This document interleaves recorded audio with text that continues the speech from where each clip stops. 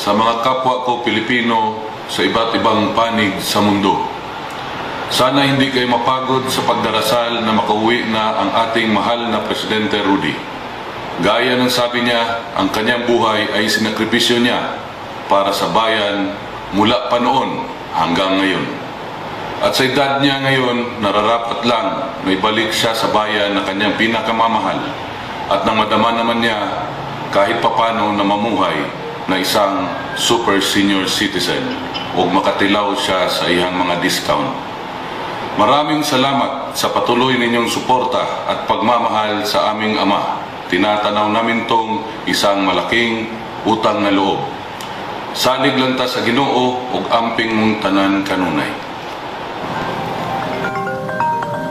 Attorney Sal, ano masasabi mo dun sa naging recorded video message ni Davao City Congressman Pulong Duterte kaugnay ito sa kanyang ama na si former President Rodrigo Duterte?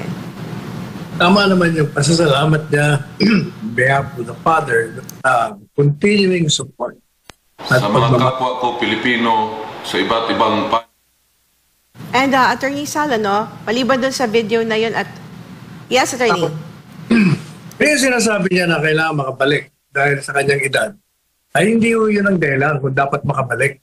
Dapat makabalik siya sapagkat yun ang tama, yun ang makatarungan at yun ang tinatakda ng saligang batas at ng lahat ng uri ng batas na meron sa ating bansa at pati na sa batas ng Rome Statute ng ICC. Yun ang pagkaedad niya, sa tingin natin, kahit na gano'n ang edad niya, malakas pa rin siya. Yan ayon sa mga nakausap natin na bumisita sa kanya. Pero kailangan talagang papauwi natin siya dahil yun ang tama, yun ang makatarungan, at yun ang legal. At yun ang inaabangan ng ating mga kababayan, Attorney Sal, ang kanyang pagbabalik sa Pilipinas. Pero Attorney Sal, ito naman pag-usapan natin dun sa Pulse Asia Survey na sa kabila ng kontrobersiya at kasong kinakaharap na nanatiling mataas ang tiwala ng publiko kay dating Pangulong Rodrigo Duterte. Ayon sa Pulse Asia Survey, noong Mayo or May 69, 63% ng mga rehistradong botante ang nagtitiwala pa rin sa kanya. Samantala sa 58% naman ang hindi sang-ayon sa kanyang illegal na pagka-aresto na isinagawa ng Administrasyong Marcos bilang tugon sa utos ng International Criminal Court kaugnay ng mga umano'y kasong crimes against humanity mula sa kanyang War on Drugs campaign. Si Vice President Sara Duterte naman ay may 50% trust rating at sa Mindanao, 96% ang tuto sa illegal na pagka-aresto kay Duterte. Patuloy man ang investigasyon, malinaw na may malakas pa ring suporta ang mga Duterte, lalo na sa kanilang baluarte. Ito sa kabila ng kanyang pagkakapiit at mga kasong kinakaharap sa ICC, patuloy pa rin ang mataas na tiwala ng taong bayan kay dating Pangulong Duterte. Attorney Sal, ano masasabi din sa latest result ng trust rating survey ng Pulse Asia? Atrasado. At saka, Attorney, I'm sorry. Atrasado. Sobrang atrasado yung survey na yan. Bakit po? Matagal early as Abril. Abril ba yung ginawang malaki ang rally na umabot sa 3 milyon against the impeachment? Nung pa natin na yan ang trust rating at popular rating ng Pangulong Duterte at si Inday Sara. Huling-huli na nga yan Pangalawa, ano ba tawag mo doon sa resulta ng eleksyon? Doon nagpapakita lahat ng bagay. Late na nga itong pulse na ito, mapagal nga kayo. Hindi nakatakata yun. And Attorney Sal, speaking of former President Rodrigo Duterte, ang DOJ daw ano pa na nila sa ICC yung patungkol sa panunumpa daw ni former President Rodrigo Duterte na nanalo bilang mayor naman sa Davao City. Kapag ba hindi nakapagpanumpa ang Pangulo, anong mangyayari, Attorney Sal, sa kanyang posisyon? Naman hindi ko maintindihan ito, Secretary Boying. Abogado ka naman, UP ka pa man din. Ano naman pakialam ng ICC sa pagsusumpa ng isang mamamayang Pilipino na nanalo dito, landslide pa sa ating bansa. Bakit ba masyado kayong deferential sa ICC? Sinasabi niyo na nga, walang jurisdiction eh. Kung walang jurisdiction, bakit ka pa magpapaalam?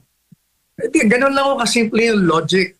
Lalo lang yung pinapatunayan na talagang ang goal ninyo ay sirain ng mga Duterte, yung mga kamang Duterte. Ang goal ninyo ay 2028. Hindi, maling-mali ho yan yung sinasabi mo, Secretary Boying. Mawalang galang na sa'yo. Pagdating naman sa usapin ng impeachment at Rizal, still balik tayo dun sa survey ng Pulse Asia no, na isinagawa ito naman noong May 6 to 9, 50% naman ng mga botante ang hindi sang-ayon sa impeachment laban kay VP Sara. Kung saan ito ay based sa 1,200 respondents, 97% ang may alam sa issue, 36% naman ang matindi ang pagtutol sa impeachment, 14% naman ang bahagyang tutol, samantala 28% lang ang pabor sa impeachment. 19% ang bahagyang pabor at 9% ang matindi ang pagpabor. 21% ang hindi makadesisyon at 1% ang walang sapat na kaalaman. Patatanda itong February at Rizal, this year lang din ay 45% ang tutol at tumaas ito sa 51% nitong March. Sa iyong palagay at Rizal, makatarungan pa ba itong impeachment kay VP Sara? Despite dito sa resulta ng mga surveys natin, Attorney Sal nagsasabi na, of course, marami sa ating mga kababayan ng tutol po dito sa impeachment. Kaya lang sinabi ko, Abril pa pinakita na. Abril ba yun nung mag-rally? Yeah. Matagal nang pinakita yon. Kaya sabi ko, atrasado yun. Talaga namang kontrang sambay ng Pilipino. Hindi ba kaya sinasabi ko, yung impeach na yan, walang mangyayari dyan. Sapagkat ang mga senador, politiko, hindi yan hahatol batay sa ebidensya. Una-una, wala namang ebidensya. At assuming na mayroong ebidensya, hindi yan hahatol batay doon. Pareho lang sa corona.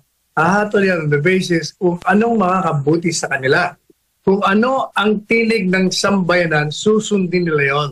They will not risk their political fall and disgrace gaya ng nangyari sa mga kumontra kay Pangulong Duterte at kay Inday Sara na lantaran na kumontra at lantarang nananahimik sa harap ng paglabag sa kanyang karapatan at pagyurak mismo sa soberenya ng ating bansa in relation doon sa kanyang illegal arrest.